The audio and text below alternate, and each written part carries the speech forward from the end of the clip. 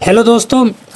आप जो है बिहार के मतदाता हैं और सूची में आपका नाम आया है, ठीक है ना। तो आपको ये फॉर्म ज़रूर मिला होगा बीएलओ से, ठीक है, या फिर आप ऑनलाइन भी इसे डाउनलोड कर सकते हैं। यहाँ पर फ़ोटो नहीं आया है। वैसे बीएलओ जो दे रहे हैं फ़ोटो के साथ दे रहे हैं। यहाँ पर फ़ोटो भी आ रहा है, बगल में एक और फ़ोटो चिपकाने के लिए आ रहा है, ठीक है ना।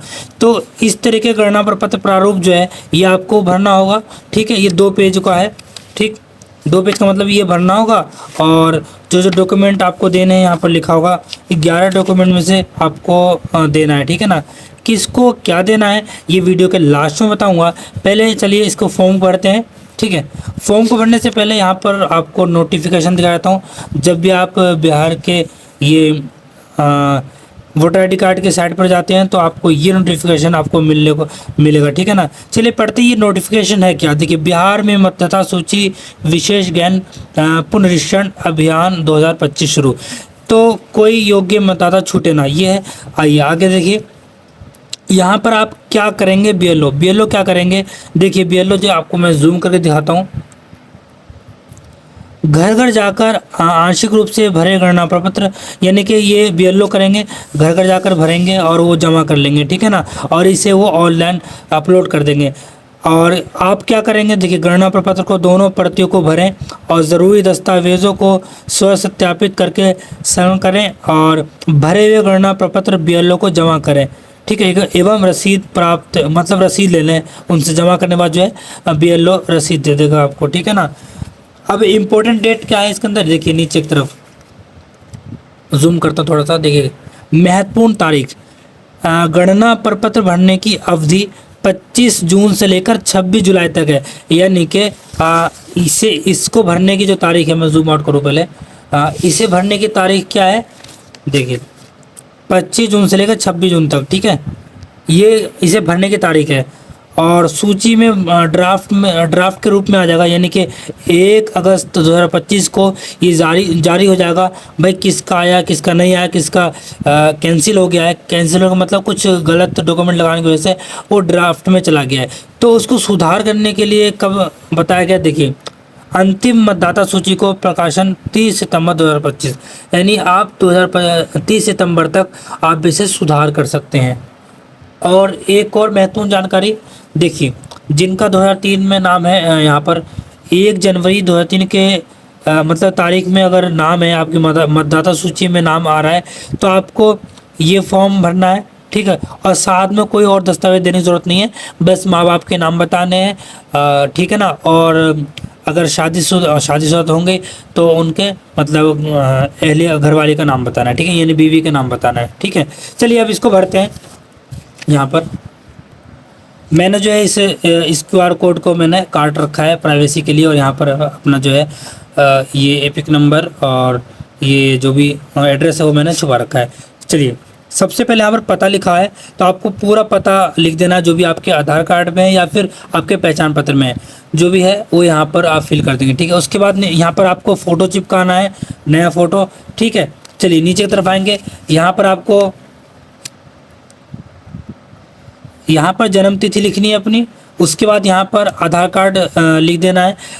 यहाँ पर वैकल्पिक है, यानी कि आप लिख भी सकते हैं, मैंडेटरी नहीं है। यहाँ पर आपको मोबाइल नंबर लिखना है, पिता का नाम लिखना है। अगर पिता का पहचान पत्र है तो पहचान नंबर यानी पे एपिक नंबर जिसे बोलते हैं वो यहाँ पर फिल कर देंगे। उसके बाद नीचे की तरफ आएंगे, माता का नाम, जो भी आपकी माता का नाम है वो यहाँ पर लिखेंगे। उसके बाद एपिक नंबर, एपिक का मतलब जो मैंने आपको बताया पहचान पत्र के ऊपर होता है एपिक नंबर, वो यहाँ पर फिल कर देंगे।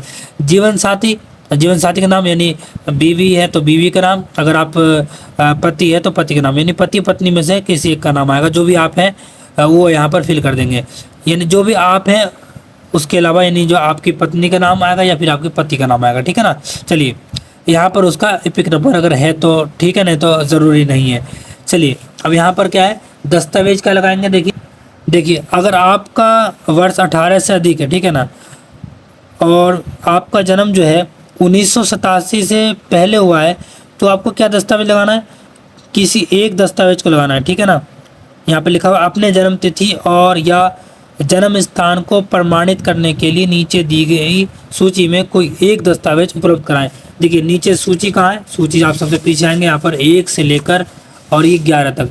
इनमें से आप कुछ भी लगा सकते हैं, पासपोर्ट है पासपोर्ट लगा सकते हैं, जन्मपत्री लगा सकते हैं, स्कूल के सर्टिफिकेट है 8वीं या फिर 10वीं का, वो आप लगा सकते हैं, ठीक है ना।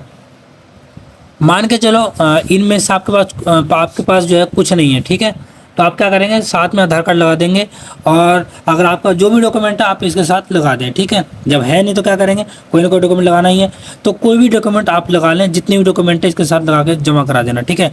उसके बाद आइए दूसरा, यहाँ पर मेरा जन्म भारत में 1987 से 2004 के बीच में हुआ है, यानी इन दोनों के बीच में हुआ है, तो आपको इस केस में क्या था, एक प्रूफ देना है। अब इस केस में क्या है, देखिए आपको 1 2 और 2 प्रूफ देना है इस केस में। कौन कौन सा, देखिए बताता हूँ। अपने जन्म तिथि या फिर जन्म स्थान प्रमाणित करने के लिए नीचे दी गई सूची में से एक दस्तावेज कराएंगे, और पिता या माता की जन्म तिथि और जन्म स्थान प्रमाणित करने के लिए नीचे दी गई कोई एक दस्तावेज कराएंगे, ठीक है ना। तो इनमें से जो मैंने बताया 11 में से कुछ दे देंगे, ठीक है। अगर नहीं है तो अदर में आप आधार कार्ड लगा देंगे साथ में। तो इस फॉर्म को आप ज़रूर भरेंगे और भर कर आप बीएलओ को जमा करवा देंगे। और इसके बैक साइड यहाँ पर मेरा जन्म भारत में 2004 के बाद हुआ है, तो आपको 4 डॉक्यूमेंट लगा देने हैं साथ में, ठीक है ना। 4 डॉक्यूमेंट कौन कौन से, अपने जन्म तिथि या जन्म स्थान को प्रमाणित करने के लिए एक डॉक्यूमेंट लगाना है, उसका पिता या जन्म तिथि या जन्म स्थान को प्रमाणित करने के लिए एक ये लगाना है, और माता की जन्म तिथि और जन्म स्थान को प्रमाणित करने के लिए कोई एक डॉक्यूमेंट लगाना है इनमें से, ठीक है। यदि माता या पिता में कोई भारतीय नहीं है, तो ये तो आपका काम है नहीं, कोई ऐसा बंदा होगा नहीं। चलिए अब यहाँ पर नीचे आएंगे, यहाँ पर दिनांक लिखेंगे, स्थान लिखेंगे, और सिग्नेचर करना है, और बाएं अंगूठे का निशान लगाना है, ठीक है ना, बाएं अंगूठे का, ठीक है, उल्टे हाथ के अंगूठे का निशान लगाना है यहाँ पर।